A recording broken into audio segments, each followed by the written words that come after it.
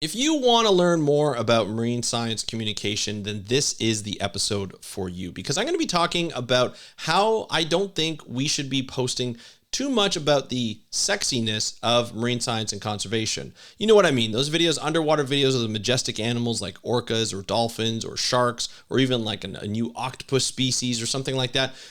That's not necessarily where conservation is done. It's great. Don't get me wrong. It's great at capturing the eye of people and really understanding and loving the ocean, falling in love with the ocean. But conservation is done a lot of times behind the scenes in a conference room, in a hotel, where, you have a number of different scientists and conservationists and NGOs and government officials who come together and say, hey, we need to talk about, why we need to protect this certain area, why we need to protect this certain species, or we need to vote to get this species on CITES or the Endangered Species Act or something like that. That's how conservation is done. So today I'm going to be focusing on why we should be posting and talking more about, the behind the scenes of where conservation is really done more online and on platforms such as the one you're listening to on this podcast, or maybe on YouTube, or maybe on TikTok or Instagram, or whatever your favorite, social media platform is. So we're going to be talking about that on this episode of the How to Protect the Ocean podcast.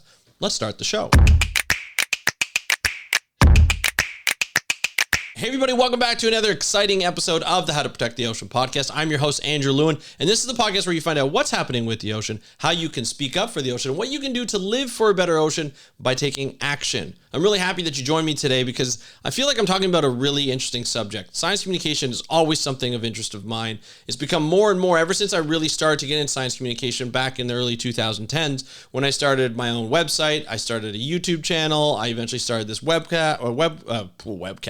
podcast within, and in 2014 or 2015 when it finally launched. And I've been doing that ever since. And I've been really focusing on messaging and focusing on how the messaging can get to people, inspire people to change their behavior to live for a better ocean. That's why we speak up for the ocean blue, as this podcast used to be called. Now I talk about how to protect the ocean. And the one way we do it is we talk about marine science and conservation. And I got the inspiration for this episode from a recent guest of mine who, after we did our interview, great interview, talked about behind the scenes of the seafood industry. And he was like, hey, thank you for having me on. I know it's not like the sexy stuff that you hear for marine conservation. And what he meant by sexy stuff was, big announcements of conservation, protecting, a certain amount of square miles or square kilometers of specific ocean, or protecting a new species, or, discovering a new species in exploration or things like that. That's not always the case. A lot of times when we talk about conservation is adding an animal to the Endangered Species Act, or, finally identifying areas or candidates for marine protected areas. All these different things that happen, but a lot of it happens in an office or in a meeting room or in a conference room of a hotel.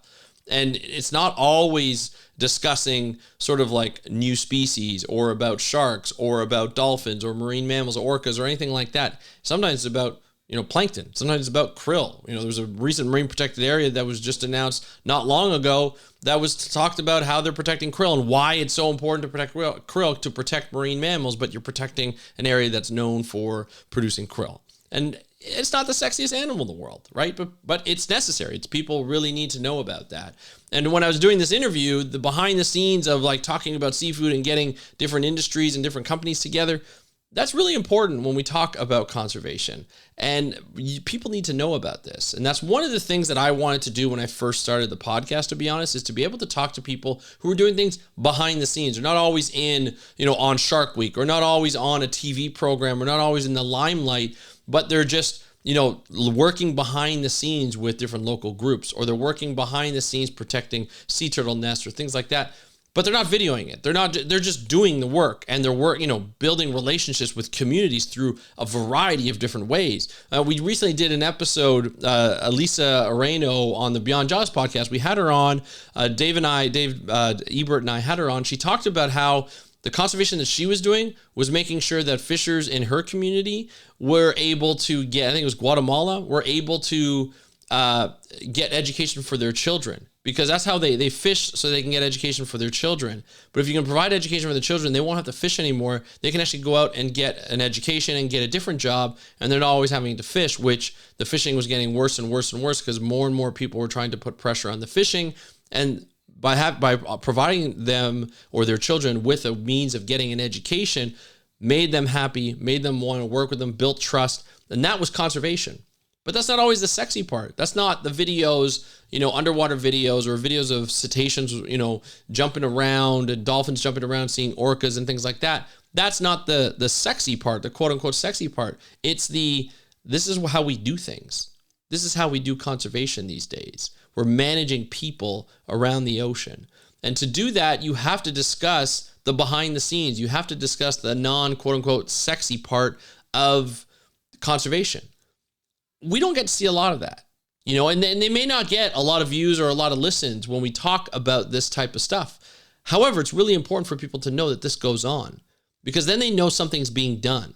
When they see pictures of ice sheets melting or breaking off in Antarctica or in the Arctic, and we're seeing doomsday ice sheet falling apart or melting, or you see boats like massive trawl vessels, that are like little cities, essentially, like little cruise ships, and they're able to hold this massive amount of fish after they fish for them and destroy the environment while doing that. People get depressed because that's what makes the news, right? The big headlines, that's what makes mainstream media. It's the big headlines, the big news, the sexy stuff, right? The quote unquote sexy stuff, what I call the sexy stuff. And it's just, sometimes it's really depressing.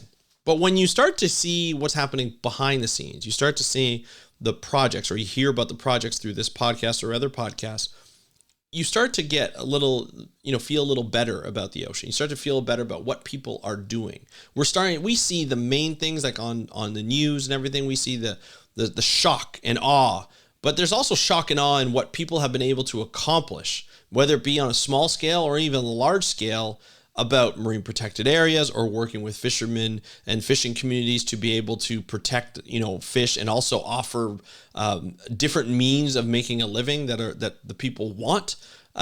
There's a lot of different things that we can do in conservation. There are a lot of different job opportunities in conservation that I never even dreamt of having. Program managers for foundations or program managers for nonprofit organizations that look at how this, in implementing a program like shark conservation or implementing a program like coastal conservation of wetlands that may not be sexy, but it's extremely, extremely important. But we don't see a lot of people talking about it. We don't hear about a lot of people talking about it. And, recently I relaunched my YouTube channel. And, a lot of what I do is I talk. That's the podcasting industry. That's the YouTube sort of video podcasting industry is I talk. I go on, I have a program called Ocean Talk that I go on YouTube, and I talk about the ocean, and I discuss what is going on and what kind of conservation is happening that may not make complete mainstream media, but makes, internet media. And I want to highlight it for my audience that listen to my podcast or watch my YouTube videos so that they can understand what I'm seeing and what I'm excited about and what the science community and conservation community is excited about. We need to have these types of news pieces, these types of content so that we can actually go ahead and say, hey, what we've done here really works. And you need to know about it. You need to get excited about this. This could inspire you. This could be the next best thing for you. You don't really know if this is going to be something that is going to build on another project or introduce, a new means of conservation or, be the starting point of the initial pilot study of something that could be huge or a new product that's come out. I remember doing an interview with somebody who came out with, seafood, but it wasn't real seafood. It was like made from some other different type of product that was healthy and safe and sustainable. Now we're looking at different ways that conservation is happening from a business perspective all the way down to the science of, detecting, maybe having more sensitivity and detecting changes in the water, changes in water quality, how to clean up water quality, stories of, industries and government coming together to clean up water or clean up, fisheries or, have better management for fisheries or industry coming in saying, hey, we want to be transparent in the way we fish and we want you to have sustainable fish and we want our fishermen to be able to fish for life, for generations to come. All these different types of stories need to be highlighted, but they don't always get highlighted because there's not a good B-roll for it. There's not something that is interesting to look at for everybody or completely entertaining from the shock and awe of the internet. I've been watching, when I relaunched my YouTube channel, I've been watching, and I tend to get addicted to videos talking about how you can capture people's attention through the thumbnail. You know, that picture that you see that allows you, or that inspires you to click on that video to watch the video. Thumbnails are extremely important in YouTube. And when I'm trying to learn it, I see a lot of people putting like that shocked face, you know, on the thumbnail, or, you know, something that's really capturing something. And sometimes it's clickbait, right? Where the headline doesn't really match what the content is. And you get penalized for it, but people still click on it. And a lot of times you'll see clickbait, like I watch football programs. And so when I'm watching a clip and it says, hey, we talked about this trade that could potentially have happened, you know, with your favorite 49er team or your favorite NFL team that's the 49ers, and they end up talking about for a minute through the whole clip. The rest of the stuff was, I didn't want to see it. I wanted to see what they talked about. It's not the whole video or the clip of that interview, but it was like 1 minute instead of the 12 minutes that I just wasted my time watching. And it gets me angry when that happens. So there's like an etiquette and an art to creating that thumbnail. But it's also, you know, a lot of them are like, let's go with the shock and awe. Let's draw people into it. That's the easy stuff. The sexy is easy, right? To try and bait someone into clicking on a thumbnail to watch a video that may or may not be what the person is looking for. You'll get the clicks. You may not get the views or the retention, but you'll get the clicks. It's the same thing with, you know, when you're doing science communication on, say, Instagram. The videos that really make, you know, a splash, no pun intended, are the videos that will have like an orca maybe chasing a sea lion or something like that, which are great videos to watch. There's nothing wrong with it. But to get the point of conservation to people, you're giving it the wrong view. Unless that video has to do with some sort of conservation of orcas or sea lions, there's really no point in showing it unless you want to show it as a B-roll when you're talking about orcas and sea lions and maybe conservation. You can use that as a B-roll. That makes sense. But we really need to talk about sort of the policies around orcas and sea lions and what it is to protect them, you know, or salmon and orcas, and why are the salmon being driven away, or why aren't there as much salmon for these orcas so that their population can grow. You know, you're looking at, you got damming problems that are happening along the rivers where these salmon are reproducing. You got overfishing. You've got climate change that could be affecting the time when these salmon are out in the ocean. And there's a lot of unknowns in there, and so it's not sexy necessarily to talk about the unknowns. It's not sexy to talk about how dams are preventing these fish from going up these major rivers and reproducing. Right? The policy is not always sexy. Sometimes getting the politics in there can be sexy, but can also be very divisive. And so it's not always easy to go and put a video up and barely get any views. But the views that you get will be quality views. The views the listens that you get, the downloads for podcasting are really quality. You know, I don't have a huge audience. Like from my downloads compared to maybe some other shows, I get a lot. I'm very happy with my downloads, but I don't have a lot. Like when I compare it to other huge shows, I'm like minuscule. But for more often than not, I'm just below average, you know, in terms of downloads. I get a lot of people, but I get people who contact me. I get people who engage with me to be able to continue the conversation that I hope that I started and inspired more conversation from the podcast that they just listened to. And then they're contacting me or talking about it just in general. And they tagged me on their social media, on their Instagram, on their TikTok, or what have you. I like that aspect. We need to talk and engage more. You know, I like having an audience where I can remember a lot of the people who contact me, you know, because they've contacted me a number of times and I've had great conversations with them, whether it be through DMing or whether it be through, you know, voice or whatever that might be. That's what I love about it. It's to start the conversation and continue it with people, whether they agree with me or disagree with me. It doesn't matter. It's whether I have that conversation. It's a positive conversation. I learn from it. That person learns from it. And we can continue on with that type of, you know, audience to host relationship, or even just ocean enthusiast to ocean enthusiast relationship and say, hey, look, we're able to talk about these in a great manner, and we're able to have great conversations and connect with people that I would never normally be able to connect to if I did not have this reach from this podcast on this social media on these social media platforms. That's what I like about science communication. That's what I like about posting on these digital platforms, is the connections that you make. So it's not always about the numbers that you get and the sexiness that you post about. It's about what is real, what I think we should be discussing. What are the projects that I think we should be highlighting so that my audience, the people who are listening to you, that's listening to this episode, is like, oh yeah, this project is really good. And I've got a great one coming up on Friday. This is the Conservation Alliance for Seafood Solutions. We have Ryan Bigelow coming up. And then he's the guy who asked, who kept telling me, hey, sorry, this wasn't sexy enough for you. I'm like, no, this is perfect. It's the behind the scenes of how conservationists, people who've been involved in sort of the seafood conservation issues for a while and building programs and working with great programs like Seafood Watch. Ryan's now working with an organization that is continuing to work with like industry to be able to speak to industry and provide guidelines for industry to stay and move more towards that sustainable path, of seafood.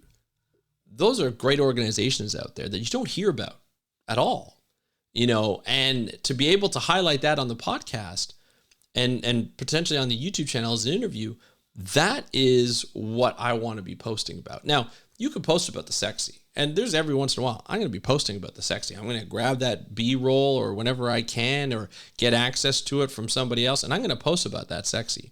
But it's not going to be my main content. My main content is going to be the behind the scenes, the stuff that you normally don't get to see and you may not know about, that it actually happens. These are the projects, the meetings, the workshops, the policies that we don't often get to hear about because it won't get the big clicks. It won't get the big listens, the big downloads, the big views, but it gets the point across. It shows that we are doing great things in marine science and conservation.